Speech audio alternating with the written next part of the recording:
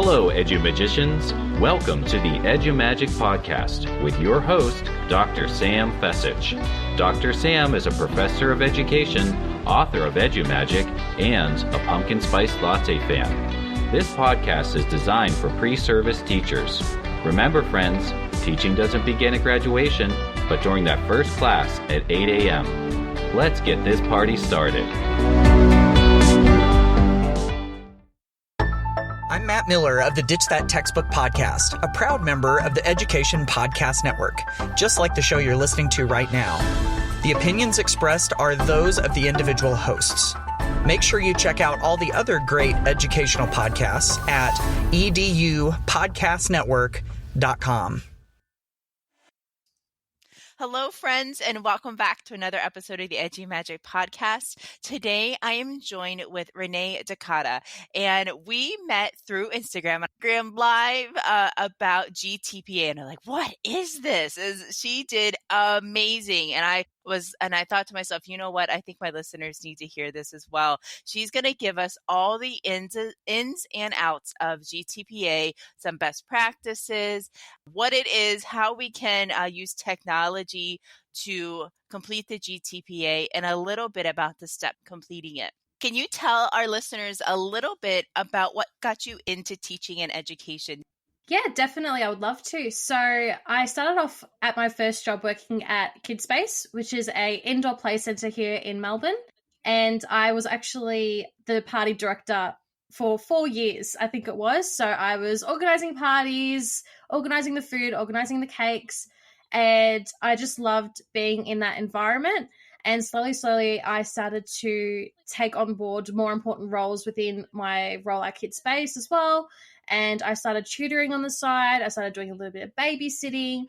And I just kind of realized along the time that I genuinely enjoy making an impact in young children's lives. I love watching them grow. I love watching how they discover things. So it was honestly just a development ever since I was young. I used to babysit my little cousins, and then that job at Kidspace kind of just took off for me and made me realize that I want to do this for a living. I want to be around children of all ages and make a difference. So yeah, that's probably the main thing that made me realize where I needed to be in life. I love that. I love that you shared you love to watch children grow and maybe get that aha moment in their eyes, like, oh, I got this. And I think that's such a great experience that a lot of listeners can relate to. They've had an experience with children and like, oh, you know what? I kind of like this. This is fun. What about education? So once you realize, I think I'm going to be a teacher, where did you go from there? How did you start pursuing your passion? So I went to a Catholic secondary school. So we had a lot surrounded by religion and faith. And even though I do have some faith behind me, I was still a little bit confused with the whole process that my high school was implementing. And I had one influential teacher that kind of took me under her wing and let me be my own person. And whenever I would come to her with concerns about being a primary school teacher can I get there? Am I smart enough? Can I actually do this? She kind of took me under her wing and gave me the strength and the support that I needed to believe that I could actually do this. I could actually become a primary school teacher. I can get the marks that I need to get into my next course to do that, even if it was to do a year with a Cert 3 in childcare first and then go on from that. So I didn't get the exact ATAR that I needed straight off the bat, but I did do 1 year at Victoria University, and then from there I transferred into the course that I'm about to complete this week at RMIT. That's awesome. I love it. And I think a lot of the listeners can also relate to the fact of having an influential teacher in their life that guided them and helped support them throughout their journey. When you say primary school, what ages or grade levels does that encompass? So that encompasses about year 5. So 5-year-olds to 12-year-olds. There's some 13-year-olds in some cases. So that's from prep to grade 6 for us. Thanks so much for sharing your teaching story and a little bit that got you to where you are today. But today we're focusing on the GTPA. So let's get down to basics. And what is it? The GTPA stands for the Graduate Teacher Performance Assessment. So it is a assessment that has been implemented by the Victorian curriculum, which is something that in Melbourne we focus on. It's the standards that all teachers need to meet when teaching. And basically our education government decided that this assessment needed to be put into place for pre-service teachers who are about to complete their last placement round to assess whether or not we have the skills to collect data, assess the data, implement a teaching sequence, collect data again, and see if there's an actual progression in students' learning. So that's basically the whole process of the GTPA. That is excellent. So students take it during their last semester while they're doing a practicum experience, or is this after they're finished with practicum and they're reflecting on that data? It's a little bit of both, I would say. So it's in your last semester with your last block of placement. So my last block of placement was for 6 weeks. And during that 6 weeks, I was collecting data. And within the GTPA, you need to pick 3 focus students as well. So I was picking my 3 focus students, collecting samples of their work. And then I had 1 week after my placement was finished where we didn't have any uni classes at all. And I had 1 week to actually write the GTPA within itself. So the placement that I was on, I had to collect all the data that I needed.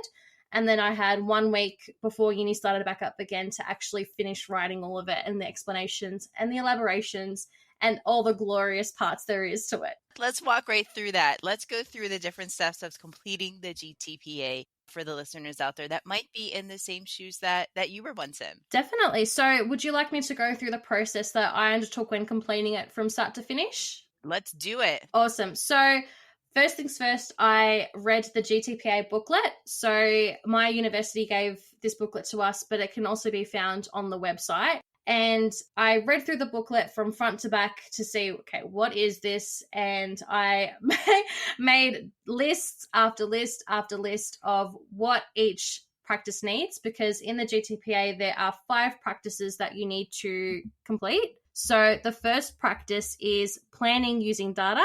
So that's all about gathering your data, seeing what your students need, how you picked your 3 focus students, how you took their prior knowledge into consideration, basically all the pre-assessment. And then you've got your practice 2, which is teaching and learning. So you're talking about what strategies you used in accordance with the HITS, which are the high impact teaching strategies. The high impact teaching strategies are basically strategies that teachers all in Australia use to teach. So they are in alignment with the Australian professional standards that teachers need to meet. So are you questioning them effectively? Is your feedback effective? So basically, practice 2 is about explaining how you have accomplished that. You have shown that you can question students effectively and give feedback effectively. So that's what practice 2 is about. Practice 3 is about the post-assessment. So you've taught them, that's great. How much have they actually learnt? So you're assessing that data. And that's important to know, and important to know how to measure. As a first-year teacher, that's something you're going to need to fall back on to see, did they really understand what I was throwing down there during a lesson? Exactly. So it's all about data analysis and being able to reflect on it as well. So your practice 3 is about the post data and assessing that to see where they improved, how did they improve and why, and if they didn't improve, why not? And then you move on to your practice 4, which is a reflection on your teaching. So just basically giving a rundown of how effective you thought you were, what you thought you could do better. And then lastly, practice 5 is about appraising impact of teaching. So you basically just give 2 scenarios of how you think you have shown great teaching strategies or something that you think you could improve on. It's a lot. It really is. But that is as simply as I can put it. So I definitely started off by making lists, making dot points. Okay, what is needed in each of these 5 massive sections? And I did a mind map as well, and I made separate files on my computer. So I had a whole file on my computer with practice 1, and I put all the data that I needed in there. Practice 2, all the data I needed in there. So everything was really broken up into parts for me, so it was really easy to locate. And I basically just started by picking away at the assignment whilst I was on placement. There are other factors like the moderation sheets that you need to fill out with your teacher. So I made sure I did that before I left placement. There's things like a context statement about the school that you need to fill out. So I did that. So there's little bits and pieces that I started to pick away over placement. And then once I finished placement, I went through my checklist, made sure I had all the data that I needed before I left. and basically started writing through practice by practice. From start to finish, how long does this whole process take? Oh, really great question. And it feels like forever. It was the longest week of my life. So it took me in total probably 2.5 to 3 weeks with the planning, the organizing, and the writing every day, every spare minute I had on it 24/7. You've mentioned so many tips within this episode so far, and I'm sure one of the things you would suggest my listeners do is to maybe schedule in time to work on this, because I'm sure it can get overwhelming, especially if you procrastinate or wait till the last minute. Do you recommend any other specific organizing or getting started tips for teachers who are starting on their GTPA? Oh, definitely. So one that I would definitely suggest would be to meet with your mentor early and discuss potential focus students, potential focus areas you're going to be teaching, because then at least you can start making templates for your data and you can start working out what you will be needing. You can start doing an outline of your GTPA. So after you've read through the booklet and you've made your list, actually specify, okay, writing template here. So correlate that with what data you'll be using. Schedule in time to do your GTPA, because work and placement and life just gets in the way. So I would schedule in, okay, Renee, you have a whole day off. You are going to get one practice done today. That's it. No more, no less. Exactly. A lot of self-talk, a lot of treats, a lot of self-talk, a lot. Do little things whilst you're on placement as well. Like I mentioned, doing the context statement about what your school's about and what features do they have at the school. Like little things like that you can do on placement when you're just having a quick lunch break or when the kids are doing silent reading. You can do little things like that along the way. And yeah, definitely make a list of what you need, because you do not want to risk having to go back in on one of your precious days off to collect more data. I love that. I love your organization tips. Are there any other tech tools that you suggest pre-service teachers use to create their stuff, to get started, to organize it? Any technology you recommend here? So the main two that I used would be Excel to do all of my spreadsheets and how I implemented my data. So the followers, if they would like to know more, they can go into my Instagram page, because I've explicitly showed them, hey, this is what I've done.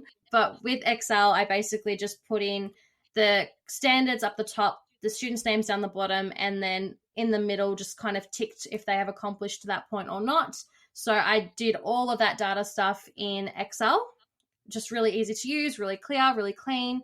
And then with screenshots of students' work and scanned copies of students' work, I used the snipping tool so that it's a really clear picture, because sometimes if you just take a photo with your phone, it's not as clear as what it would be as a scanned document. So definitely the use of the snipping tool, and just a lot of patience with Word trying to format everything in. That's the main three, I think, that I used.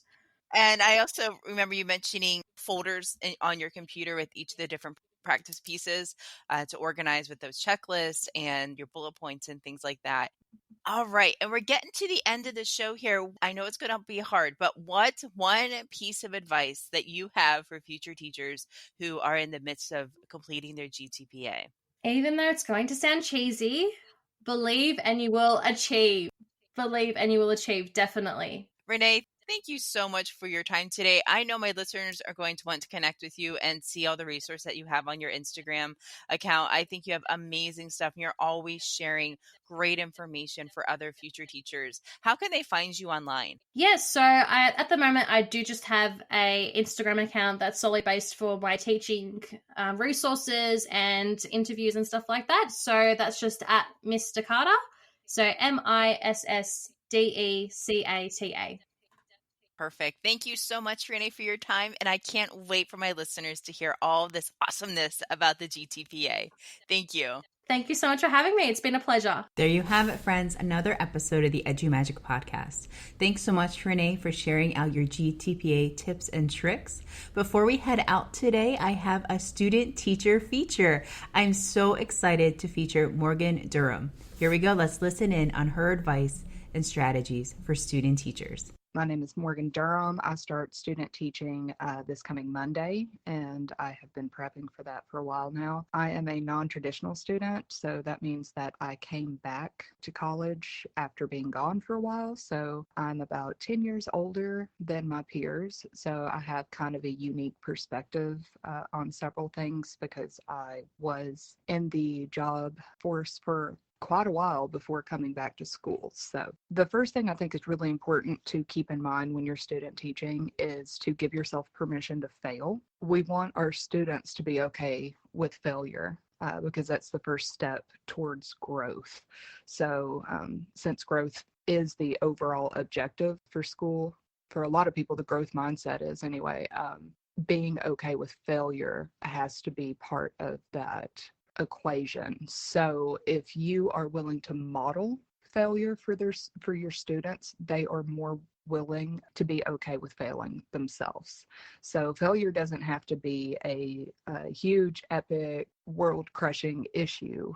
Failure can be, you know what, guys, that lesson fell flat. I don't think, I did my part, or even when it comes to content, I was mistaken. So, let's go back and do this again. I think students really appreciate the transparency in that. And I think it humanizes us as teachers. Too often students see teachers as these robotic entities that know everything, and it's hard to build a relationship with that. So when not only do they see us fail, but they see us bounce back from failure, it's a great model for them to follow. Also, relationships, that humanizing thing, relationships come first and learning comes later. When I was in school, I did not have great relationships with my teachers, quite the opposite. And it ensured that I was cynical about school, that I hated school. So had I had strong relationships with my teachers when I was younger, I think it would have really changed how I felt about school, because I was naturally inquisitive as a kid, and the negativity that came along with school and being intimidated and being uncomfortable in a classroom really killed the inquisitive nature that I had, well, up until later in life. So I think building relationships is really important for students to get to know you and for you to get to know students. We know that differentiation is really important, but you can't really know how to start doing that until you know your students. Also, building community starts with building relationships. So if you want to offer a classroom community that is open and comfortable and fun, then your students are going to be more willing to be excited to be there and be more willing to learn. Also, two-way feedback, I think, is super important. So we all know that it's really important to give our students authentic feedback, authentic and thorough feedback, so that they know how to improve. But as student teachers, I think that we should also seek that out. We're going to have, our professors come in and observe, and that's great. And our CTs or host teacher, they're also going to give us feedback. But we can't forget to get feedback from students, because ultimately that's the feedback that matters. Our professor can think something went great and our CT could think something went great, but there's going to be a handful of students that didn't work for. And if we don't reach out to them and put in an effort to hear what they thought about the lesson, then we're doing them a great disservice. So, there's a lot of grandiose talk and education, and I think the most simplistic things sometimes get looked over. As teachers, sometimes we forget to acknowledge those who are on the front lines, and that's the student. So we should also request authentic feedback from our kids. I did this in way of a website blog. When I was a sub, I did this, and I'm going to do this during internship. I write a small blog, and I encourage them to comment on the blog and tell me the truth. I say, what was I good at? What did I suck at? What made sense? What didn't? What do you love about school? What do you hate about school? Just tell me. And at first I thought that was going to flop, but it didn't. I mean, they were so excited that somebody cared enough to get their opinion, that over and over and over and over again. And this is just when I was a sub, they didn't know if they were ever going to see me again. They had absolutely no reason to want to impress me or to build a relationship for later. As far as they knew, they would never see me again, but they still all provided me that feedback because they knew I cared. two-way feedback, and try to experiment with different things.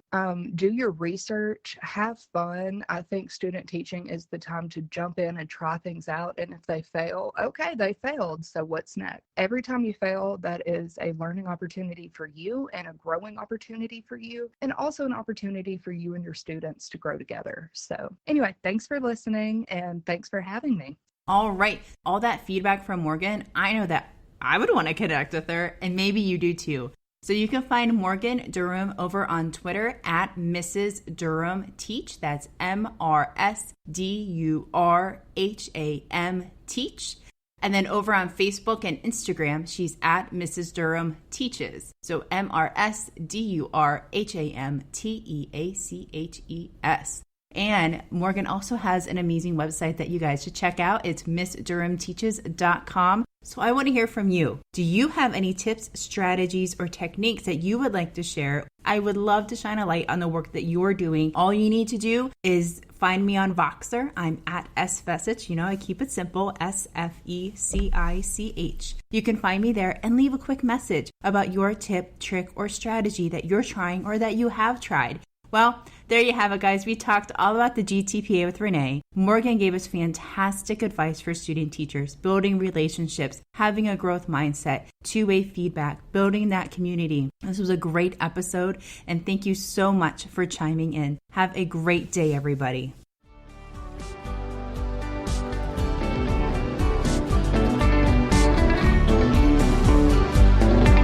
And there you have it, EduMagicians. If you enjoyed this episode, please subscribe and share it with your friends. For more EduMagic, check out sfessich.com and follow Dr. Sam on Twitter and Instagram at sfessich. Until next time, you have the EduMagic within you.